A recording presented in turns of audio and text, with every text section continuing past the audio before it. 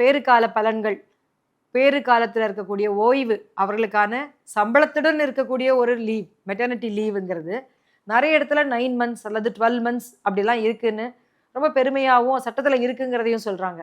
ஆனால் நம்ம என்ன புரிஞ்சுக்கணும்னா, இந்தியா முழுக்க இருக்கக்கூடிய ஒர்க் ஃபோர்ஸில் விமென் வந்து 3.92 4% குறைவான பெண்கள் தான் பேறு காலத்துக்கான விடுப்பை முழுமையாக எடுத்துக்கிறாங்கங்கிறத நம்ம புரிஞ்சுக்கணும்.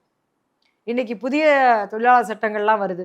அதில் குறிப்பாக பெண்களுக்கான சட்டங்களில் அவங்க தனியார் நிறுவனங்களில் வேலை செஞ்சாலும் எங்கே இருந்தாலுமே அவங்களுக்கு வந்து பேறு காலத்திற்கு அவர்களுக்கு சம்பளத்துடன் கூடிய ஒரு விடுப்பு தரணும்னு சொல்லியிருக்கு. அதை நடைமுறைப்படுத்துவது யார்? வீட்டு வேலை செய்கிற பெண்களும், சாதாரணமாக வயலில் இறங்கி வேலை செய்யக்கூடிய பெண்களோ, அல்லது வேறு 10 அல்லது 20 பேர், 30 பேர், 40 பேர் இருக்கக்கூடிய சிறு சிறு தொழிற்சாலைகளில், குறு தொழிற்சாலைகளில், ஒரு மைக்ரோ இண்டஸ்ட்ரீஸில், எஸ்டாப்ளிஷ்மெண்ட்ஸில் வேலை செய்கிற பெண்களுக்கு இதை நடைமுறைப்படுத்துவது யார் அப்படிங்கிற கேள்வி தான் இன்றைக்கி இருக்க ஸ்லோகனில் ஆக்ஷன் அப்படிங்கிறத நம்ம பார்க்குறோம்.